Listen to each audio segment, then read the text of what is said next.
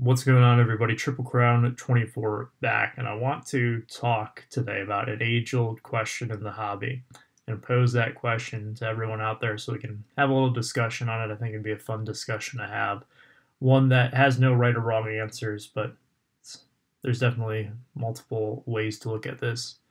That would be, are there too many parallels right now in the hobby? And I kind of want to hear what your thoughts are about it. So I'm going to share today some of my 2020 tops parallels to talk about this. And what kind of spurred this on is a few days ago, I stumbled across a video that I had watched that came out in 2016 that talked about this exact same topic. And it's kind of funny to see some of the things in that video then compared to now, just because we were kind of wondering at the time, is this just the start of something? And as this stack would indicate, yeah, that was only the beginning of the expansion. So my perspective on it has definitely changed over the years, and I want to share my experiences at the end, but would like to hear what you think as well. So let's go ahead and get into it. So I did get two pickups today that I shared on social media, gauged a few people about their thoughts on this topic. But those two pickups both share this image, and in fact, all the cards in this stack do share this image, and this is the 2020 Topps Miguel Cabrera card. So this is our little template that we're going to use for today. I'm going to go through all of these. Now, these are across multiple products, but as you guys know, like in Topps Chrome, the different variations of Chrome now, opening day, etc., they all use the same image. For the most part, there are sometimes they'll change it up, especially if a player has changed teams or whatever reason they don't like the original image. But for the most part, the image stays the same. So here we go. Let me go through all of the parallels that I have. A little rapid fire. You got the rainbow foil. The gold foil exclusive to the jumbo boxes, one per jumbo hobby pack. Meijer purple exclusive to the Meijer. It's a retail store here in the Midwest. Blister packs, you get two per blister pack. Here is a similar one in its format, the Walgreens yellow, not numbered like the Meijer one, except for you get 6 of these per Walgreens hanger box, and you can only get them in the hanger boxes. Here is the new blue 2020 factory set. So these are one of the parallels you can get in the factory sets. They have a stated print run of $2.99, new one this year. There's also an orange that I have on the way, not here yet for this video. Those have a stated print run of $99. These, I believe, are 1 in every 3 Walmart sets. I forget which color box they are, but they're the ones that are exclusive to Walmart. That would be the Gold Stars. Another new one this year. Of course, the old standby, the longest running parallel, the Topps Gold, numbered to the year of release since 2001. This year it is out of 2020. This one, I believe, is in its 2nd year now, the Advanced Stats. That is numbered to 300. Here we have one of my 2 new pickups for this video. It would be the retail version of the foil board. So in the factory sets, you'll get a 5-card pack, and certain ones, I forget which color, I believe this year it's the purple box where you get the foil boards. So you have 5 of them that are parallels of 5 of the 700 cards in the base set. So you have, in theory, you would need 140 factory sets to get the card that you want, because that would be a full set if you got it perfect without any dupes. Same thing with this one here. This is the hobby version, so this is the one that is more probably more familiar because they've been using this one longer. This one is new this year. It's got a little bit of a different technology to it, as you can see there. Retail version is out of 264. Hobby version is out of 229. We have the vintage stock numbered to 99. This one is one of the favorites out there in the hobby, I would say, just from what I hear people say. That would be the Independence Day, numbered at 276. This one also a favorite, an old standby, the Topps Black second longest running one to the gold's been out since 2003. This year they are numbered to 269. They're known for being pretty short printed, usually right around that 50 to 70 mark.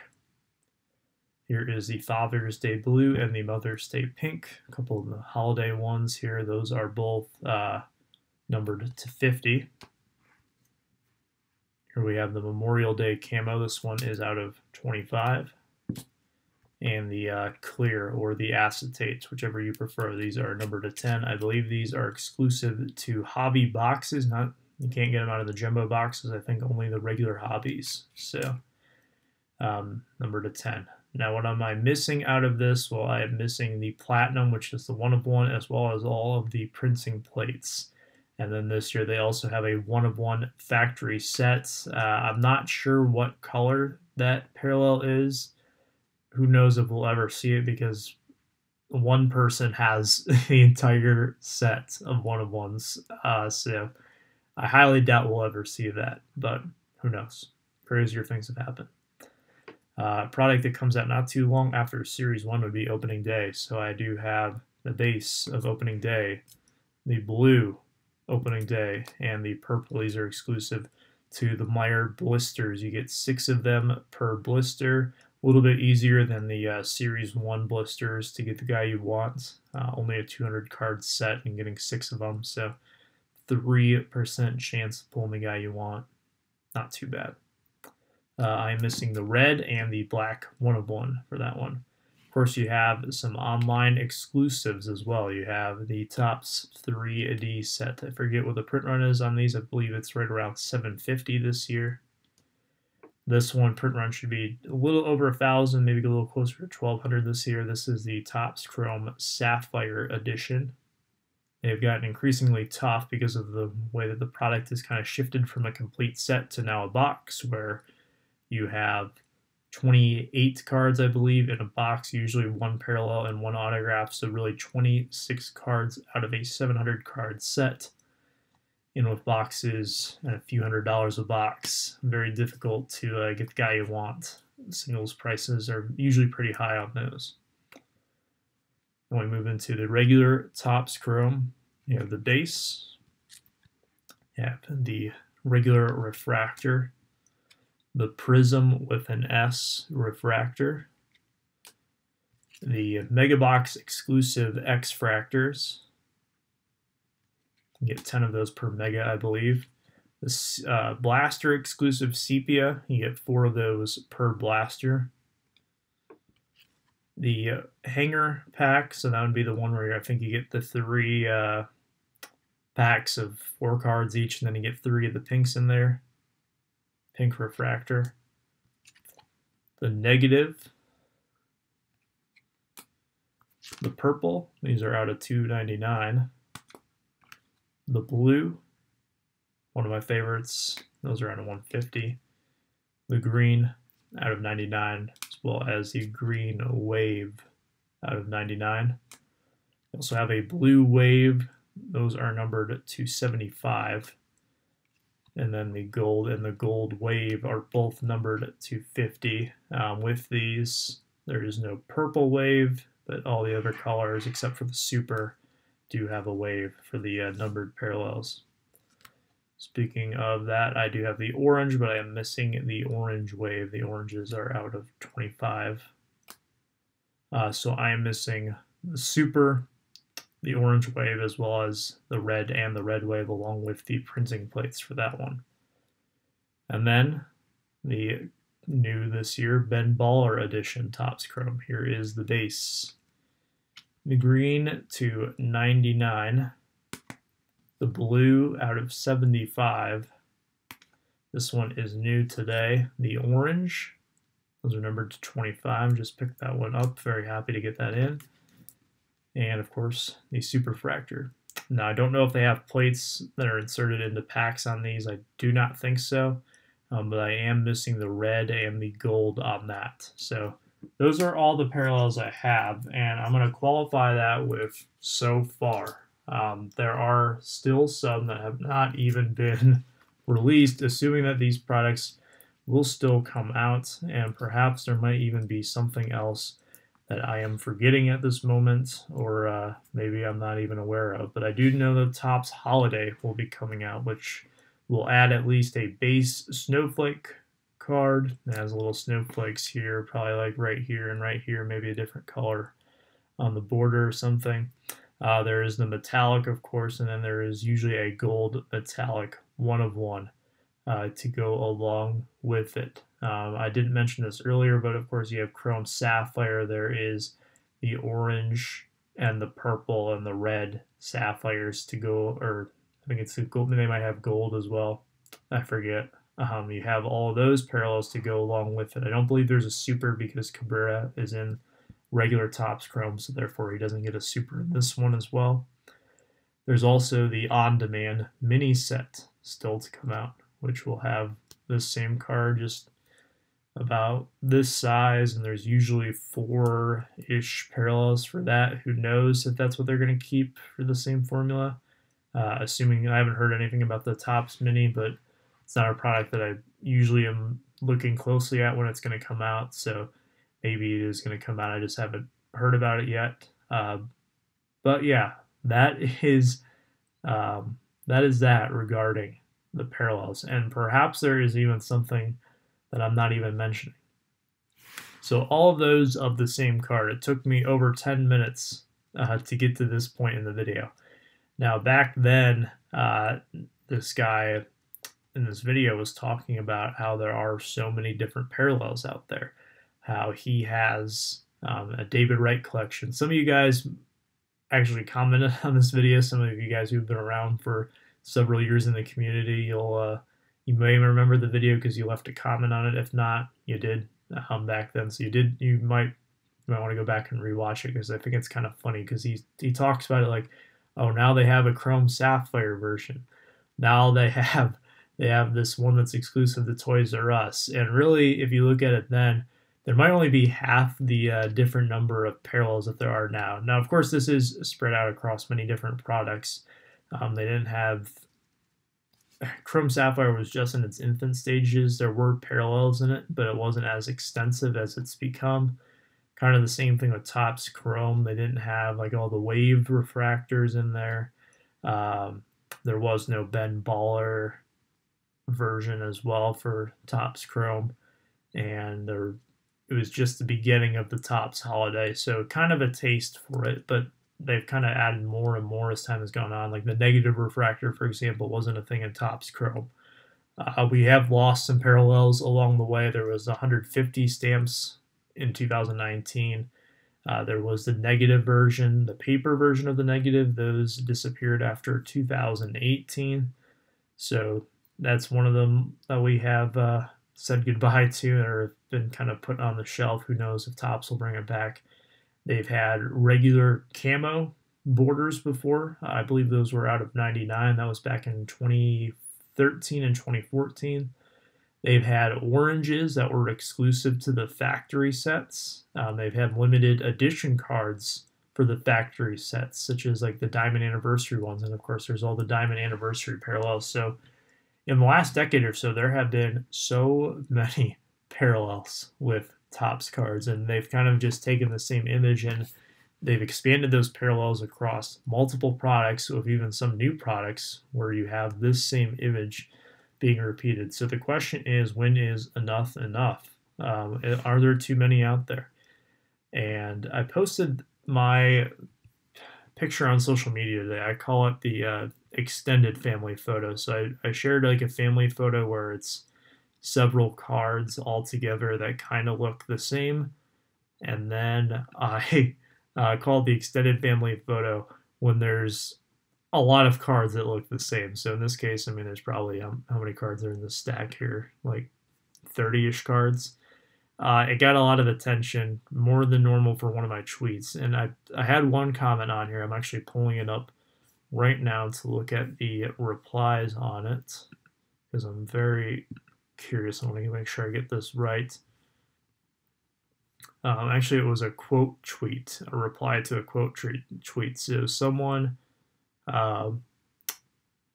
I got a few people who complimented me on it and said it was impressive. A good account on the Twitter, a good friend of the channel as well, uh, said that this is both extremely impressive and exhibit A on why there are way too many parallels made.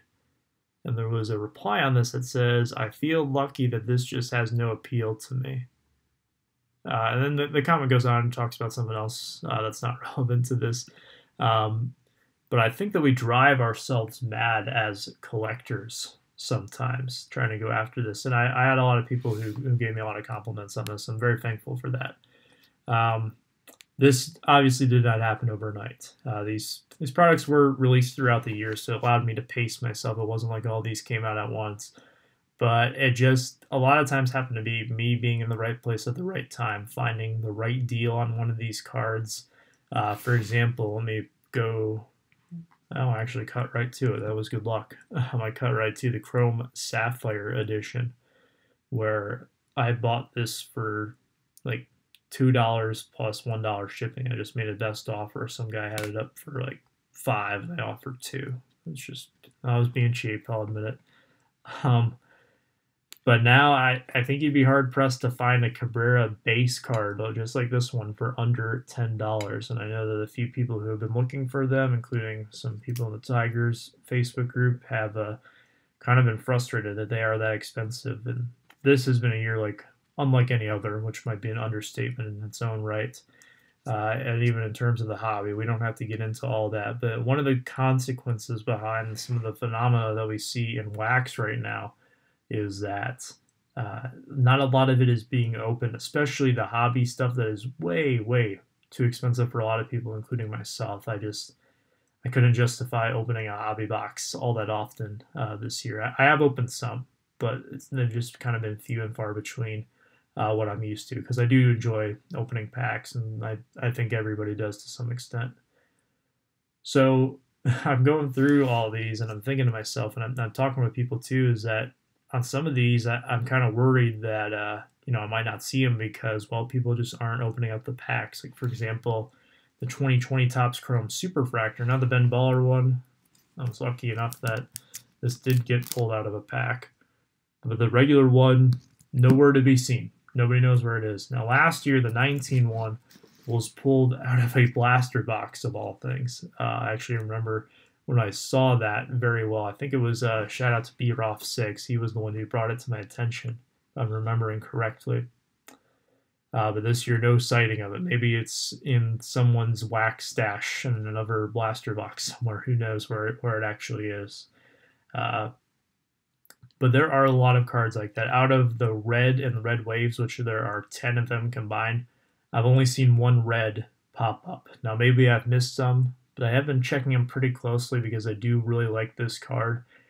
This is the hardest that I have tried to go after as many of the card with this image than ever before. And I'm very proud of how far I've come. So kind of my answer to the question, are there too many parallels? And I would say no, there's not. I actually really do enjoy all of the different parallels out there. Now, I've heard some arguments where people will say, oh, there's just too many parallels, and sorry if my adjusting the stack gets annoying here. It's just something I fidget and do.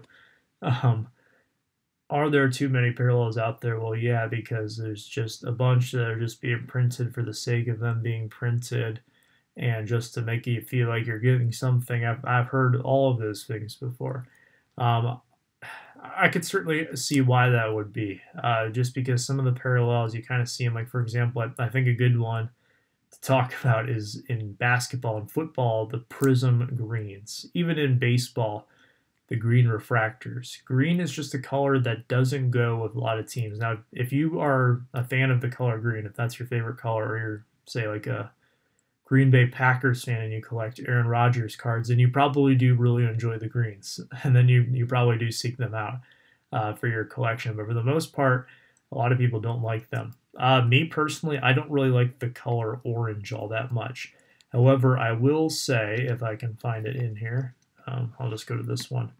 this card looks really sharp to me because it's a team colors card. The only reason that I really like the orange refractors for Cabrera stuff is because orange is one of the Tigers colors. The blue and the orange always looks fantastic, I would say, for the Tigers cards. But if it was anybody else, orange is kind of one of those colors that I go, eh.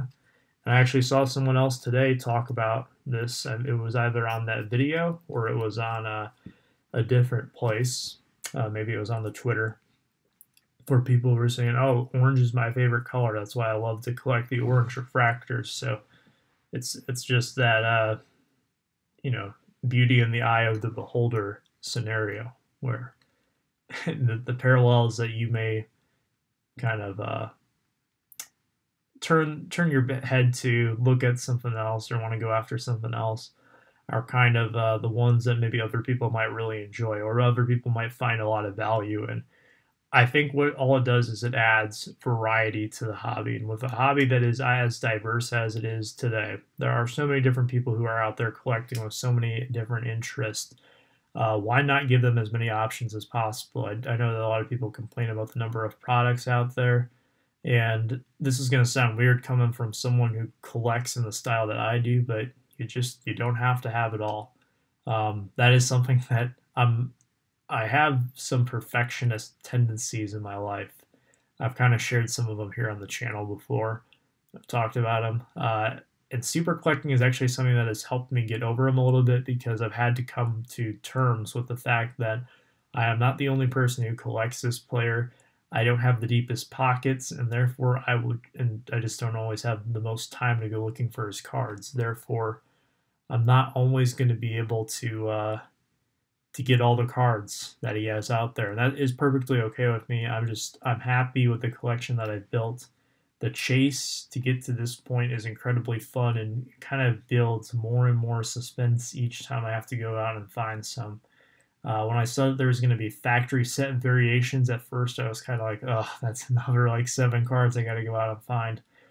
But after that, I quickly right into, okay, this is a fun little challenge, something new to go out and find, just get some new cards, have some fun with it.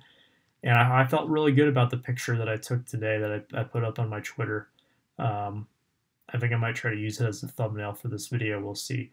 But I'm having a lot of fun with it. I have a lot of fun with all the parallels out there, but I could definitely see, I've heard a few people talk about collecting anxiety. That definitely rings true with this. I do have great FOMO, especially that the platinum 1 of 1 or the Topps Chrome Super is going to pop up, and it's either going to fall into the hands of someone who wants like $1,000 for it, or it's going to be put up for super cheap and it gets sniped, or I can't make an offer that beats the competing offers, whatever the case may be. But I've learned that I just can't worry about it. Can't have it all. Just do as well as I can. Have fun with it. It's supposed to be fun. It should be fun. So I'm going to just have fun with it and embrace all the different parallels. And if I don't like one, well, maybe I'll just avoid it. So appreciate you guys watching. I would like to hear what your thoughts are. How do you feel about all the parallels? What's kind of your approach? What are some of your favorites out there? I know not all of you are baseball guys, but if maybe you're a basketball guy, you can tell me which of like the Prism, Optic, Mosaic, those types of cards in terms of the parallels appeal most to you. Would love to hear it. So thank you guys. Take care, stay safe, and as always, be kind.